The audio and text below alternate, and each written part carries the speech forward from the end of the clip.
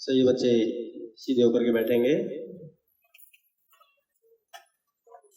सबसे पहले हम उस परमपिता परमेश्वर को याद करते हुए गायत्री मंत्र का मिल करके एक साथ उच्चारण करेंगे।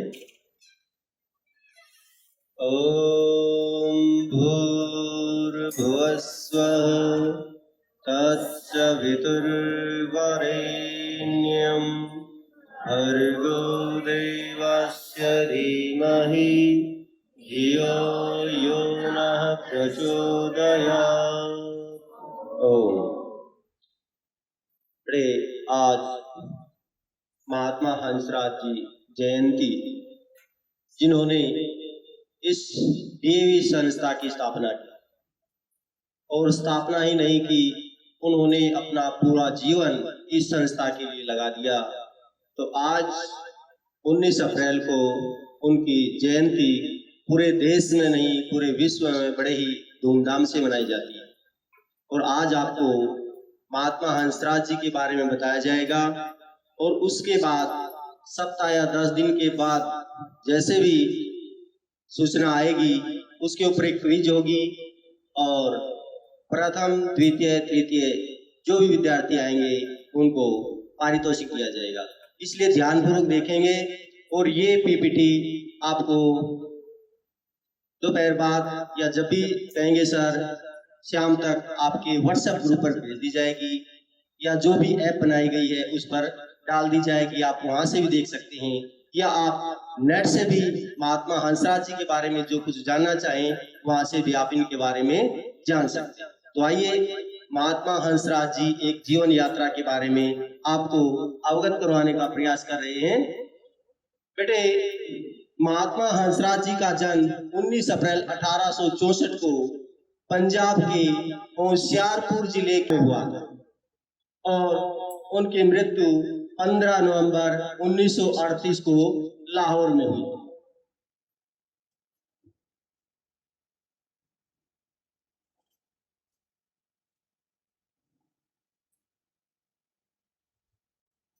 पिताजी का देहांत। इनके पिताजी का नाम चुन्नीलाल जी था, और ये एक साधारण परिवार से संबंध रखते थे। महात्मा जी बचपन से ही कुशाग्र पुत्र के थे। केवल 12 वर्ष की उम्र में ही इनके पिताजी का देहांत हो गया था। अर्थात महात्मा हंसराज जी जब केवल 12 वर्ष के थे तो इनके पिताजी का देहांत हो गया था। शिक्षा। हंसराज जी की आरंभिक शिक्षा स्थानीय स्कूल से ही प्रारंभ हुई थी। डिग्री की शिक्षा उन्होंने गवर्नमेंट कॉलेज लाहौर से पूरी की थी। बेटा, महात्मा हंसराज जी के बड़े भाई मुल्कराज जी लाहौर में रहते थे, और वहां जाकर के महात्मा हंसराज जी ने अपनी डिग्री की शिक्षा प्राप्त की। स्वामी दयानंद जी का प्रभाव। हंसराज जी लाहौर में अपने बड़े भाई मुल्कराज जी के यहाँ रहकर शिक्षा प्राप्त कर रहे थे। उसी समय लाहौर में स्वामी दयानंद सरस्वती के सत्संग में जाने का इन्हें अवसर मिला। स्वामी दयानंद जी के प्रवचनों का युवक हंसराज पर बहुत अच्छा प्रभाव पड़ा। अब उन्होंने समाज सेवा को ही अपने जीवन का लक्ष्य बना लिया। अर्थात जब ये महर्षि दयानंद जी के संपर्क में आए तो इन्होंने केवल और केवल समाज सेवा को ही सर्वोपरि समझा। स्वामी दयानंद जी का प्रभाव। हंसराज जी आवश्यक कार्यों से बचा सारा समय मोहल्ले के गरीब तथा अनपढ़ लोगों की चिट्ठी पत्री पढ़ने और लिखने में ही लगा देते थे। अर्थात जब ये शिक्षा प्राप्त करके घर वापिस आते और इनके पास जो भी समय बचता, जो भी वक्त बचता, तो ये समाज सेवा किस प्रकार करते कि जो भी अनजान अनपढ़ जो लोग होते थे उनके यहाँ चिट्ठी पत्री जो भी आती थी उनको पढ़ करके, और उन्होंने जो कुछ लिख करके उनका जवाब देना होता था तो वो उनका सहयोग करते थे।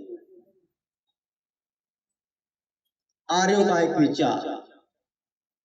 1883 में महर्षि दयानंद जी के निधन से हतप्रभ हुए आर्यों में एक बार फिर आशा और आत्मविश्वास का संचार करने के लिए लाहौर आर्य समाज ने निर्णय लिया कि ऐसी शिक्षण संस्था बनाई जाए जो वैदिक मूल्यों को जन जन तक पहुंचाए।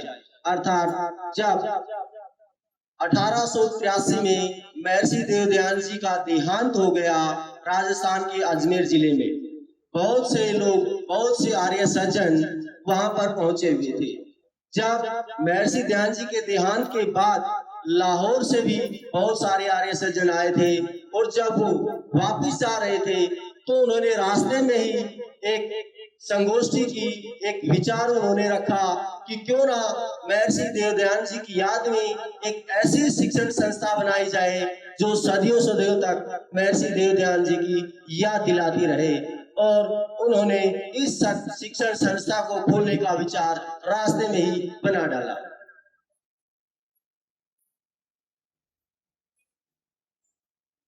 प्राचार्य धन की कमी के कारण विदेशों में शिक्षित और दीक्षित अनुभवी प्रधानाचार्य को डीएवी संस्था में लाना कल्पना से परे था। इन परिस्थितियों में एक नवयुवक आगे आया और उन्होंने कहा कि वे डीएवी स्कूल के मुख्य अध्यापक का पदभार अवैतनिक रूप से स्वीकार करते हैं। अवैतनिक मतलब बिना किसी तनख्वाह के, बिना किसी पैसे के, लालच के, या तनख्वाह से या सैलरी के। सन 1885 अर्थात 1885 में डीएवी मैनेजिंग कमेटी की स्थापना करने के बाद 1886 में लाहौर के अंदर पहला डीएवी शिक्षण संस्थान बना, और जिसके पहले मुख्य अध्यापक महात्मा हंसराज जी बने, और वो भी अवैतनिक। उस वक्त महात्मा हंसराज जी ने सबको एक विचार दिया कि इस शिक्षण संस्था को अगर आगे ले जाना है तो हमें 3 बातों का विशेष ध्यान देना होगा। सबसे पहला था मितव्ययता, दूसरा था आत्मनिर्भरता, और तीसरा था स्वार्थ त्याग। मितव्ययता का मतलब हम कम से कम खर्च में अधिक से अधिक कार्य करने का प्रयास करेंगे, कि कम पैसा लगे और कार्य अधिक हो, तभी ये शिक्षण संस्था आगे बढ़ सकती है। मितव्ययता, आत्मनिर्भरता, कि हम इस शिक्षण संस्था को आत्मनिर्भर बनाएं, किसी के सामने ये शिक्षण संस्था हाथ फैलाने वाली ना हो। तीसरा था स्वार्थ त्याग। जितने भी लोग प्रारंभ में इस शिक्षण संस्था से जुड़े थे, कोई भी व्यक्ति किसी भी स्वार्थ से इस संस्था से नहीं जुड़ा था। स्वार्थ त्याग अर्थात जितने भी लोग इस शिक्षण संस्था से जुड़े थे, सभी ने स्वार्थ को त्याग करके निस्वार्थ सेवा इस शिक्षण संस्थान की।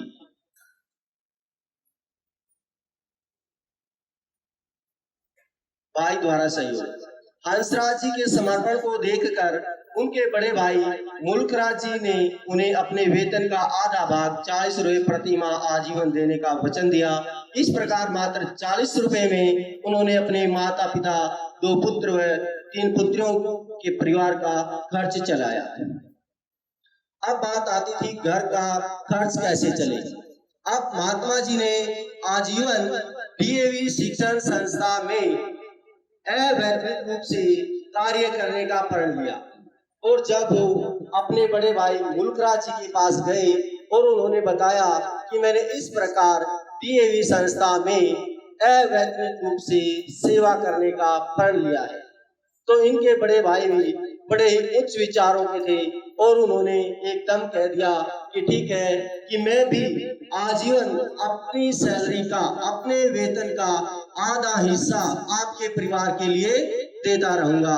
और उम्र पर्यंत उन्होंने भी अपना आधा हिस्सा देकर महात्मा हंसराज जी के परिवार का सहयोग किया।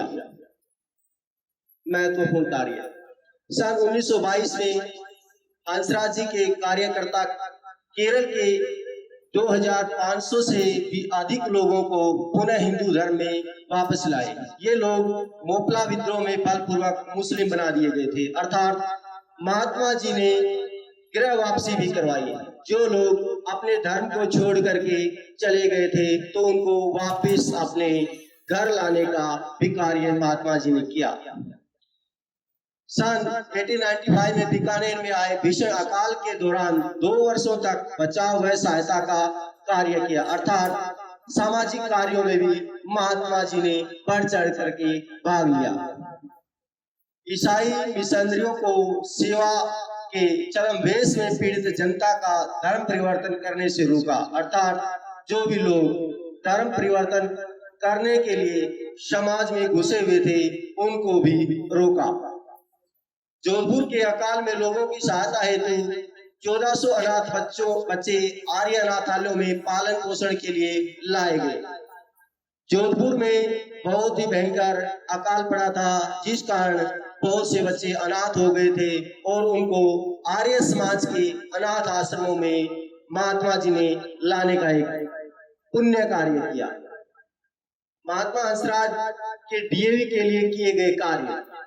महात्मा हंसराज पंजाब के ही नहीं, देश के प्रसिद्ध आर्य समाज के अग्रणी नेता, समाज सुधारक तथा शिक्षा शास्त्री के रूप में जाने जाते हैं। आर्य समाज के संस्थापक स्वामी दयानंद सरस्वती के विचारों से महात्मा हंसराज जी काफी प्रभावित हुए थे, जिसके कारण वो समाज सेवा में आए। इसी कारण 1883 ईस्वी में स्वामी दयानंद सरस्वती जी के निधन के पश्चात उन्होंने अपने सहयोगियों के साथ मिलकर श्रद्धांजलि स्वरूप 1885 ईस्वी में दयानंद एंग्लो वैदिक college trust and managing society की स्थापना की। तत्पश्चात डीएवी सोसाइटी ने 1 जून 1886 में लाहौर में डीएवी महाविद्यालय की स्थापना की। 22 वर्ष के युवा लाला हंसराज ने पहले हेडमास्टर के रूप में कार्य प्रारंभ किया। लगभग 25 वर्ष अर्थात 1911 तक वे इस पद पर बिना वेतन के कार्य करते रहे। अर्थात जब इन्होंने 25 वर्ष के बाद डीएवी से त्याग पत्र दिया तो इनकी उम्र 48 वर्ष थी। जिस उम्र में अधिकतर लोग प्राचार्य बनते हैं, उस वक्त महात्मा हंसराज जी ने डीएवी से प्रधानाचार्य पद से त्याग पत्र दे दिया था। 1913 ईस्वी में इन्होंने डीएवी कॉलेज कमेटी का प्रधान चुना गया। उनके इन्हीं समर्पण के लिए लाला हंसराज को महात्मा हंसराज के नाम से जाना गया। उन्हीं के प्रयासों से आज देश भर में 1000 से अधिक डीएवी विद्यालय तथा महाविद्यालयों द्वारा गुणवत्तापूर्ण शिक्षा प्रदान की जा रही है। आज देश विदेश में लगभग 1000 डीएवी शिक्षण संस्थाओं के माध्यम से बच्चों को शिक्षा दी जा रही है। निधन। अपनी समाज सेवा, कर्तव्य निष्ठा की भावना और शिक्षा के क्षेत्र में बहुमूल्य योगदान करने वाले महात्मा हंसराज का 15 नवंबर सन 1938 ईस्वी में लाहौर के अंदर देहांत हो गया।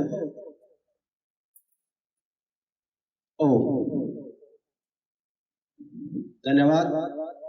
आप सभी ने ध्यानपूर्वक सुना।